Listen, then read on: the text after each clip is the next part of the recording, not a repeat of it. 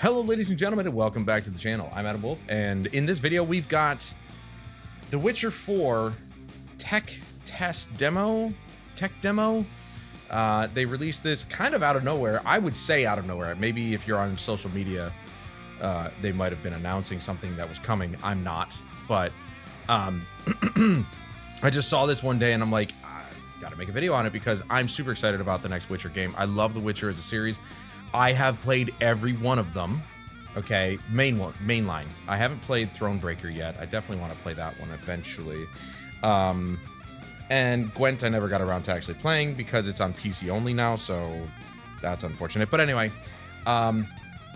this kind of just fell out of nowhere, and I'm really intrigued to see it because I love the original cinematic trailer. I think it looked phenomenal. Obviously, it was just a cinematic, but it'll be interesting to see how they translate The Witcher from the REDEngine over to Unreal Engine 5, and whether or not it'll look different. I mean, I'm sure it'll look different. It'll look like Unreal Engine, as most people tend to say. Oh, yeah, it has Unreal Engine look. Just like Call of Duty has a look, and Grand Theft Auto has a look, you know, so it'll be different. It'll definitely be different. The REDEngine was a very impressive looking engine. Unreal Engine 5 can look good if the artists are allowed to do their job, but we'll have to see. So it's about 15, almost 15 minutes long, so we're kind of just going to go through it and see what we think.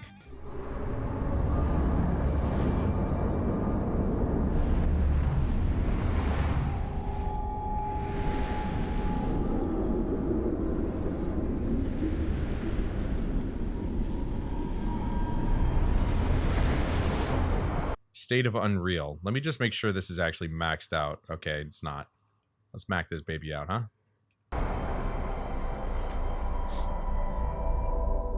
Get yourself a drink, sit back, relax, and enjoy.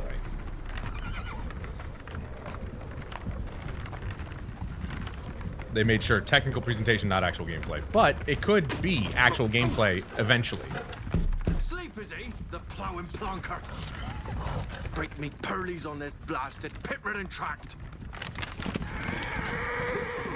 Good facial animation.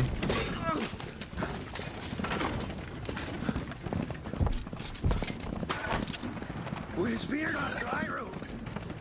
Oi, the devil's out there! He's dead, isn't he? Nope.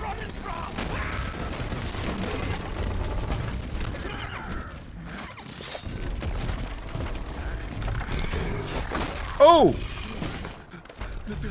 Oh no! I gotta turn this up. And there goes the horse. Ooh, that's a lot of money gone. Whoa! Ah! How he's not dead, I don't know.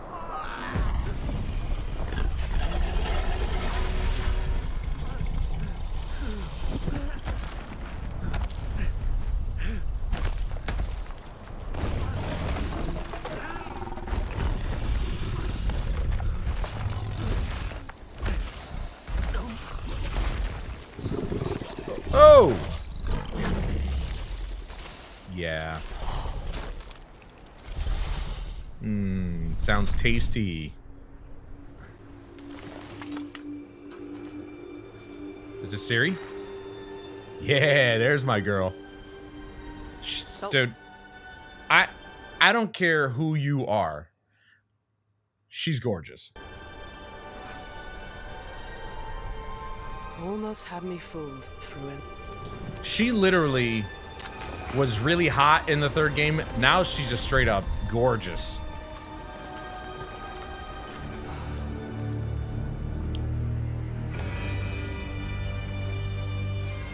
Damn.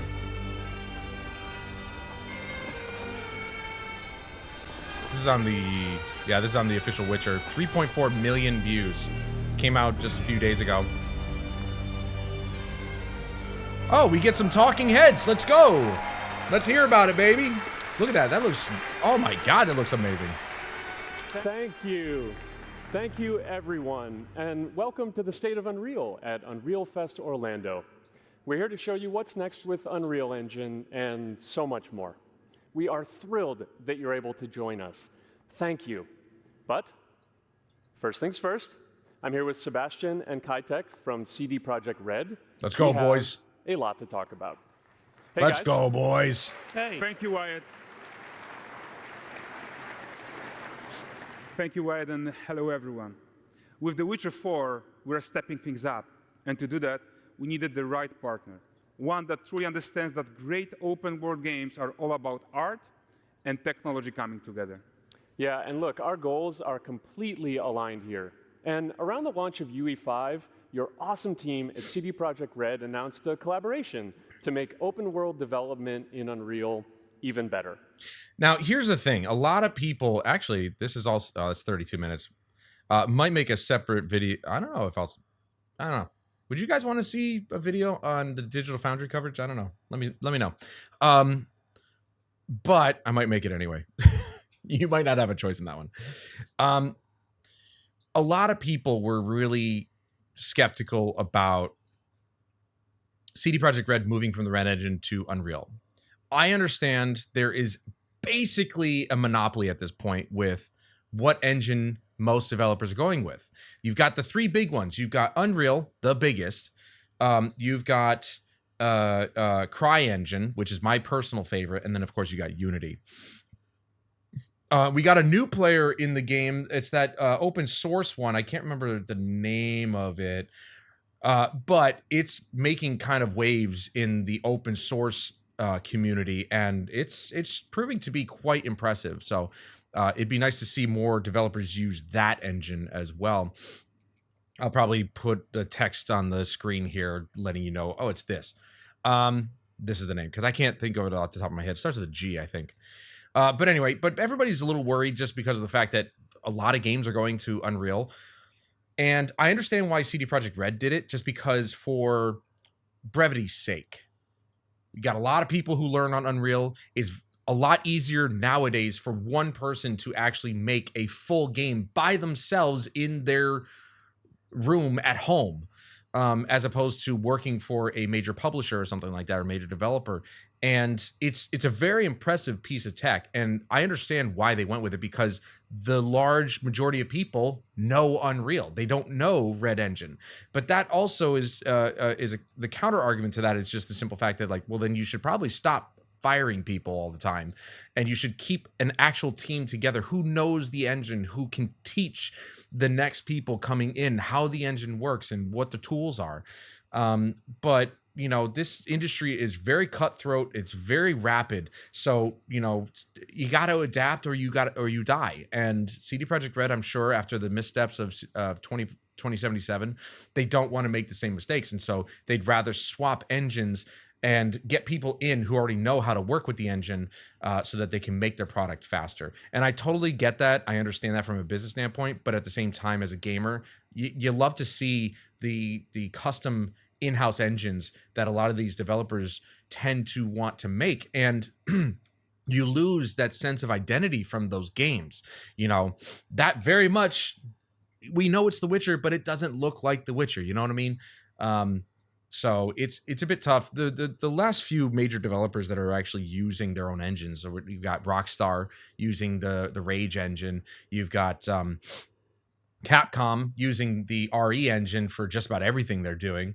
I don't particularly think it's good for open world, see Monster Hunter Wilds, but it's a really gorgeous engine and it works really well. So a lot of developers still, you know, there's some big developers still using their own engines, but Unreal Engine 5 is just that versatile. And if they have to make a more consistent, more stable open world, Unreal Engine 5 can do it all. And it's an opportunity. We just couldn't pass it up. So we've been working on a technical demo together to achieve just that. I think we should take a look at it. I can't wait. I cannot We're wait. ready. Oh, Kitek is going to play the build for us. Sure, let's do it. on a PlayStation 5, baby. Or PC with a PS5 controller. Either way, he's using a PlayStation controller, and that's my gym. This is a technological showcase Dude. set in the world of The Witcher. Here's the thing, and I'm sorry I'm stopping this constantly, but if you want to see the regular video, just go to the Witcher channel. Without interruption. One of my coworkers at work, he said that, you know, he played The Witcher 3. He absolutely loved it. I think it was the only Witcher game he actually ever played. And he loved the dark grittiness of the world. And you know what? I would have to agree with him. The the mood of Witcher 3 was supposed to be downtrodden, just bleak, just horrible existence because you're dealing with monsters and people in poverty and all this other stuff. However, the expansions kind of flipped the script on that, and they became this very colorful, very vibrant. And he's not so sure himself about the vibrancy of the world. I think it should be fine. It is a fantasy game after all, and it can't always be doom and gloom. I guarantee you, based on the cinematic that we got prior to this, it's gonna be doom and gloom at some points in the game. But you've got to have those points of, you know, where you just can step back and just take a breath and look at the world that they've created. This looks amazing. Look at the cape physics. What you're going to see now is running on a standard PlayStation 5 at 60 Cloak. FPS with ray tracing.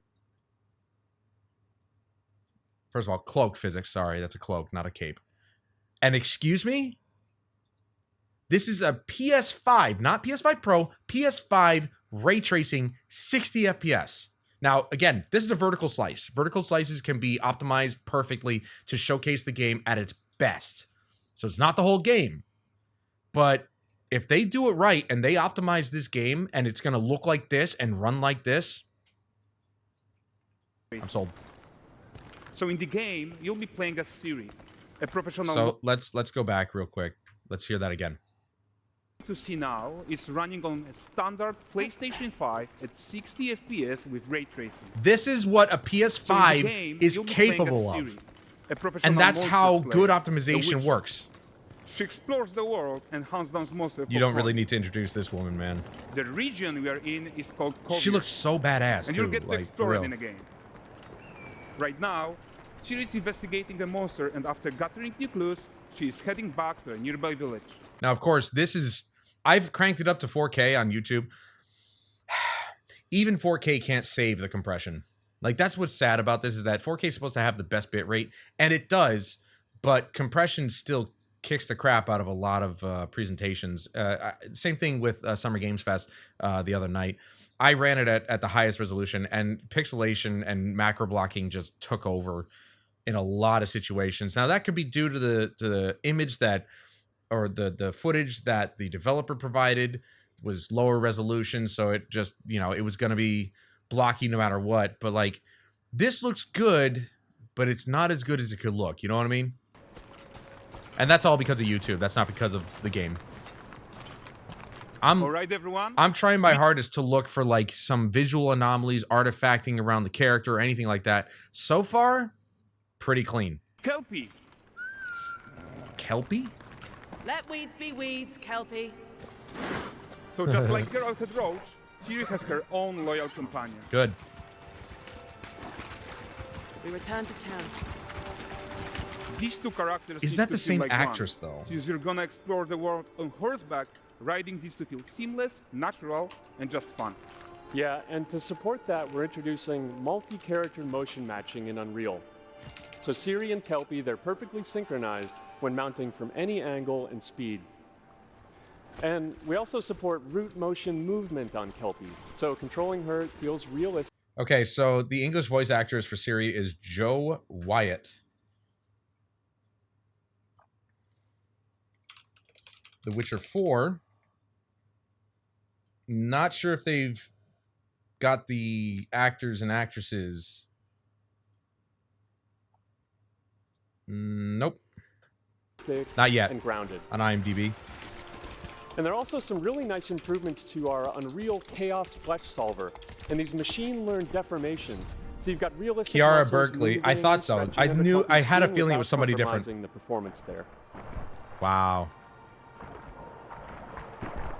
So it's a different actress. That's unfortunate, but maybe maybe the prior actress couldn't do a deep enough voice because Ciri is a little bit older here. Not like super old. She's just a little bit older. And, you know, as you get older, I should know, I'm almost 40. Your voice does get deeper, even for women. So, you know, it's possible that they needed somebody else to do it. Maybe the original actress was not available, which is unfortunate. Consistency is key here, but I don't think too many people are gonna care, to be honest. As I've always said, if she does a good job, who cares? Oh, wrong button. Wrong button. Sorry. Wrong button.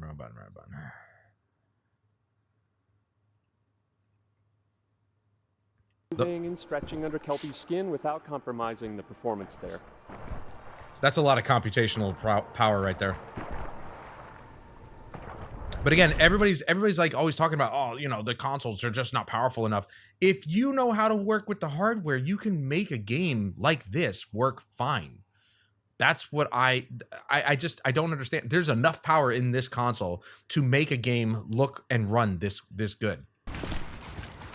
So let's leave Siri behind for a second and talk about the world. I was seeing some artifacting there with her cloak on the back there. The world is natural, organic. And you know, I've thought about actually getting a cloak. I'm not gonna lie. Like there was somebody on Instagram before I actually left Instagram. I'm trying to remember. I'll probably just Google it. But there's people making cloaks again and making them fashionable and cool looking, and I want one. Especially Kovir with its dense forest and wild nature. Yeah, and wild nature is hard. This looks and gorgeous. With Nanite geometry, we've freed artists from so many of their old constraints. But we don't want to rest until everything we do in Unreal has that same spirit of freedom.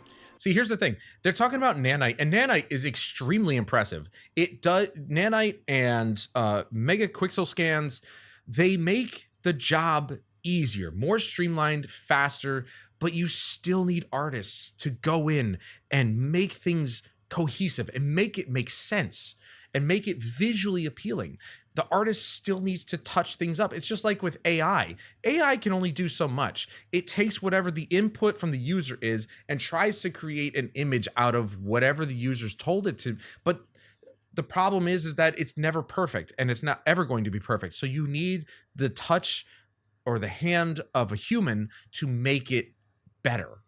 And that's what people are not understanding, is that AI is not going to replace artists if the artists adapt to using the AI as a tool, because that's what it is, a tool. Just like with Mega Quixel scans, sure, you can actually just take a chunk here, take a Mega Scan here, Mega Scan here, mash them together, and just leave it at that. But unless there's some coherent, you know, consistency, I'm using big words, unless there's some consistency between the two pieces, it's just not going to fit together correctly, like Lego pieces and stuff like that. So you need the artist to come in and touch things up and make things look nice. So, you know, as impressive as Nanite is, humans still need to touch this. There's always more work to do, and foliage is a huge piece of that puzzle. Mm-hmm. So we are excited to introduce Nanite foliage. They did it. They finally did it. In order to achieve gorgeous foliage density, and they're using The Witcher 4 as a test bed. I like that. Look at that water. We believe that a new idea was needed. So instead of the same card approach we've been water using looks for good. the past 20 years, artists should be free to take a nanite approach to foliage, modeling every single leaf and pine needle. Look at that. And the old LOD tricks of the past, they needed a complete rethink. And in their place, every pine needle is modeled. Voxel representation in nanite. What? It's volumetric, it's fully 3D, it is super fast to render. The and lighting is clusters of triangles unbelievable. turn into these cubes, which at a distance, they're no larger than a pixel, and they react to the changing light of our dynamic sun and our shadows, and they allow artists to render whatever amount of foliage is needed to achieve their vision without compromise. And no compromise means how ambitious we are when it comes to bringing our vision to life with incredible visuals. But more than that, together with Epic, we created faster way to load the world. We can now bring in more content more quickly for the smoothest possible experience as we fly down to catch up with Siri. This is the best thing about Unreal Engine's Nanite technology. I didn't see a single bit of pop-in. Maybe you guys did, and you can point that out in the comments down below. I didn't see any pop-in at all. And if there was, it was very seamless and very smooth. I'm kind of baffled right now.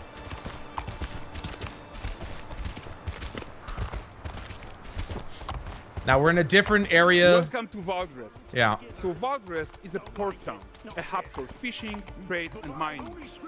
It's one of those places where you can meet shady characters or overhear gossip from other lands.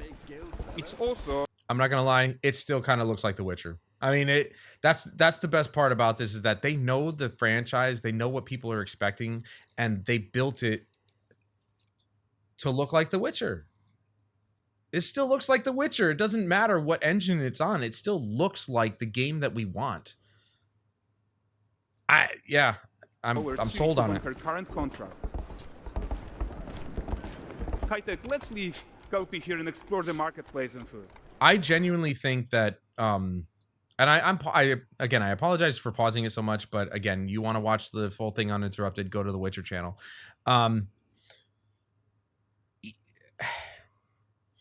I am hoping, and it does seem like they, we always talk about companies learning the lesson. They never do. EA's never learned their lesson. Activision's never learned their lesson. Doesn't matter. I think CD Projekt RED actually might have learned their lesson. They're like the first company to have been caught and said, all right, sorry about that. We're not going to do that again. We're certainly going to make sure that The Witcher 4 comes out just steaming hot and in a good way. Kind of like, you want piping hot food. You know what I mean? And yes, this is a vertical slice, but it says not actual gameplay. If they can get close to this, like that close, I think we're good. But I think they've learned their lesson. I think management has learned their lesson. Let's see what Valkyros has to offer. Now the wow, that was rude. The artifacting of that I saw potentially earlier could have been because of the video. Like I said, video YouTube compression is awful. So, even with 4K video, it may not actually be good. I can see some artifacting now. So that might be the video. That might not actually be the game. That's why it's hard to tell. So I'm just going to point it out when I see it, but it may not be the game. Witchers do so much for these people and they still disrespect them. That's a massive bear. Oh, that's pretty cool. Crowd interaction. The shadows look good. I will say, though, that... Guys, notice how responsive the world... Stupid train. I was gonna say maybe the shadow resolution looks a little too sharp, but it does look like it might be ray trace shadows, because on Ciri's shadow, it's sharp down by her feet, but then does get a little softer as we go up towards the head on the ground. Might be the video, but I'm seeing a very obvious difference between shadow sharpness at her feet and at her head. Character actions directly affect what happens around you, sometimes even setting off chain reactions. Everything is working together. Okay, so if you start a brawl, then it could kind of, chaos could, like, ensue. That's pretty funny. Oh, look at this poor gentleman being taught how to fly by an angry innkeeper. That's what happens when you cheat at Gwent. Got dwarves there.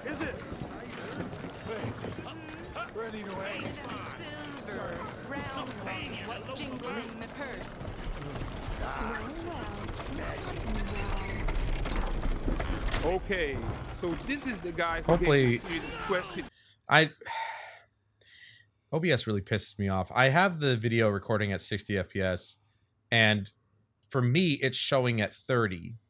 But that's because sometimes it screws up. I don't know. Oh. If But it's, you probably suspect I'm he has his own agenda in all of this. I'm trying to record videos at 60 now, so we'll see if it stays at 60. But I'll find out in the editing.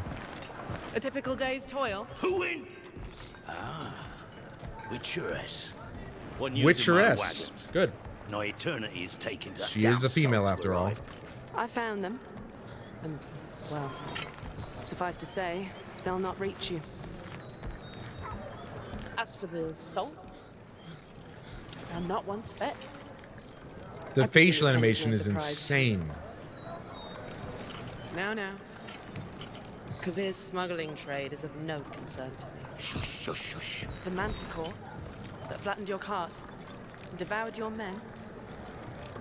Quite the opposite. Manticore.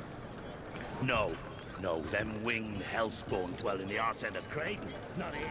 While Siri decides what to do about that merchant, let's take a look at the character technology that powers this marketplace. Why don't we listen in on these fishmongers? They're selling their wares, chatting up customers. I wonder if they actually ended up using MetaHuman to create all these characters, because they could do that. They'd be able to create characters very, very quickly without doing a whole lot of modeling. Catch this is, won't find none fresher.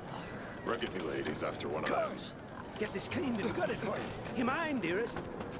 Into seeing something more. Got mackerel cod, all Brexit's finest. And there is tons of tech at play here, even in this simple market stall. Metahuman tools, improved Unreal Smart Objects, Chaos Cloth, and more. Yeah, and all of this exists to make sure that the gap in quality between Siri and NPCs is as small as possible. Yeah, and closing that gap, it's not just about fidelity, right, but also authenticity. They should react to changes in the world around them. But the prisoner in Pillory isn't exciting enough for Valgrind. Let's grab everyone's attention with a circus.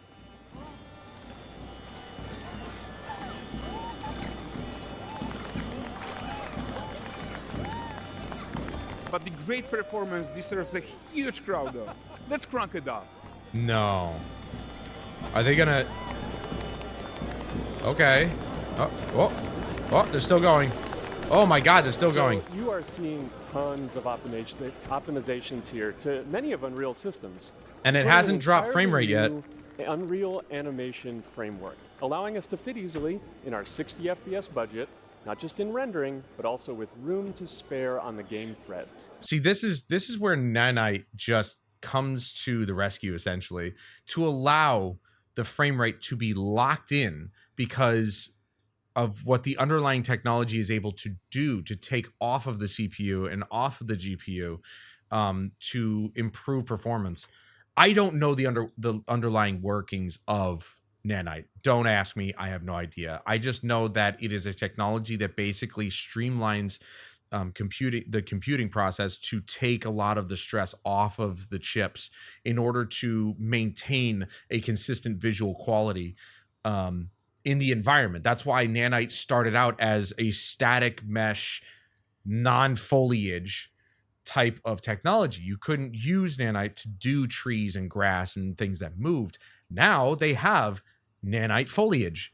And now that also, and people got it to work sort of prior to them officially supporting it. But the bottom line is they didn't have an official way to support foliage and cloth physics and all this other stuff. So it allows the CPU and GPU to do other things aside from rendering the environment, which is really nice.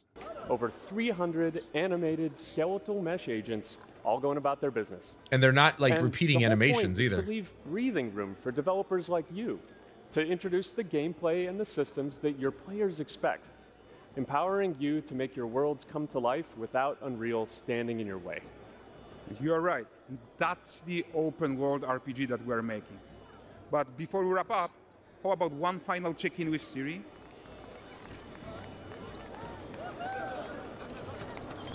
The fact that they're flying around with the Making this camera and game everything the most immersive and is ambitious extremely open impressive. world Witcher game ever. And we are making this a reality thanks to our work on Unreal with the team at Epic. I think what we're doing together is going to bring in a new generation of open world RPGs, and I'm so proud of what we accomplished so far. Wow, she moved out pretty far during that whole thing. So we're almost done, but before we go, here's a small gift for all Witcher fans. A first look at Lanexeter. Wow.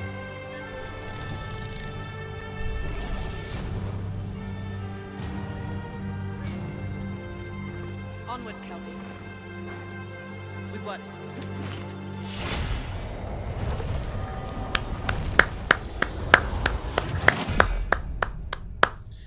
Gorgeous. Absolutely gorgeous. And I'm not just talking about Siri. That was extremely impressive. Extremely impressive. I am floored by what we saw here. and I honestly can't wait. I'm very, very excited for Witcher 4. I'm a huge Witcher fan. Like I said, I played from the first game to the third game. I can't wait to get the books. I gotta get those damn things. I'll probably do, I am going to do an audiobook series on those. And by the time I get to doing that, the Witcher 1 remake might already be out. So I'll at least be able to use that as background. But this is absolutely impressive to see. You know, obviously Unreal Engine, yeah, it looks like Unreal Engine. I mean, it's got a look to it.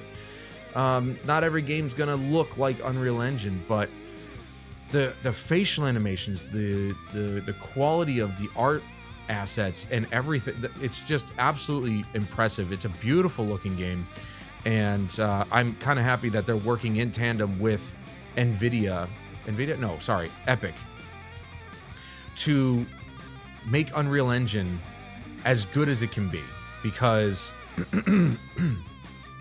we've needed, like I mentioned, we needed Nanite foliage to be a thing. We needed the foliage to be part of the Nanite pipeline, because it would just make it as easy to render foliage as it does with static elements like rocks and cliffs and stuff. So I'm extremely impressed with what they're able to do so far. Again, vertical slice, they can make the vertical slice as optimized as possible, so it may not be representative of how the game will run at release, but hopefully they will take their time. If the game isn't slated till maybe 2027, so be it. Make it work well and optimize your game. We've gotten way too many games lately that are just not optimized at all, and they're not fun to play because of the inconsistency. So hopefully they get that down, and this game will come out of the gates hitting the ground running, because I think we need it. 2077, I really enjoyed it. I loved it for what it was, and it's even more impressive now after Phantom Liberty's release and all the optimization that they've done with it. But it was not a good start, and they need a win here. They need to gain back the trust of the players with The Witcher 4, and hopefully they do just that, and then we go on from there to Cyberpunk 2077 2, or Cyberpunk 2079, or whatever year they want to use, but Cyberpunk 2. And that most likely will also use Unreal Engine, so just be prepared for that. But if it all goes well, be prepared for it to look like this, except in an urban setting, and far more gorgeous. But that's going to do it for this video, guys. Let me know what you thought about this tech demo in the comments down below. I know that Unreal Engine is overused constantly, but you got to hand it to him, man. It looks good. It looks really good, and I couldn't be more excited for The Witcher 4, and I hope it comes out swinging, because damn it, I want it to. I love this franchise, and they need to win on this one, and I hope they do. And also, obviously, very jarring. All of a sudden, you guys are back down to this eye level thing.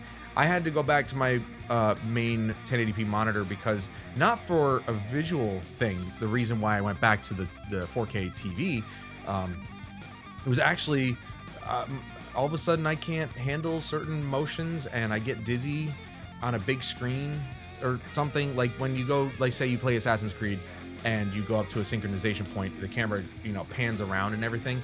For some reason on the 4K TV, I would just be like dizzy. So I tested it out on this screen and I'm fine. So maybe it's because I'm getting older. I don't know. I play VR, so I don't know why I would get dizzy, but I started noticing that, and I'm like, so this isn't even for a visual reason. It's for a legitimate, like, physical reason. But I'm happy to be back on the 1080p monitors, because lately I've been playing a lot of games in performance mode, so it's nice to have a cleaner looking picture, and I'm not noticing a lot of the artifacts that I could see easily on a 4K, a 50-inch TV that's sitting in front of me. But anyway, that's a side point. Let me know what you thought in the comments down below. Are you excited for The Witcher 4? Because I am. After seeing this, abso-freaking-lutely, I'm super excited to see this one, and I can't wait to actually get it in our hands. Hopefully in the next year, but, you know, it's going to be a big game according to them. and hopefully it turns out to be a big, great game. But that's going to do it for this video, guys. Thank you so much for joining me, and please join me again next time where we'll take a look at another trailer, and hopefully we'll be impressed by it like I was with this one. But until then, I'm Adam Wolf. This is The Witcher 4 Tech Demo. I'll see you guys later.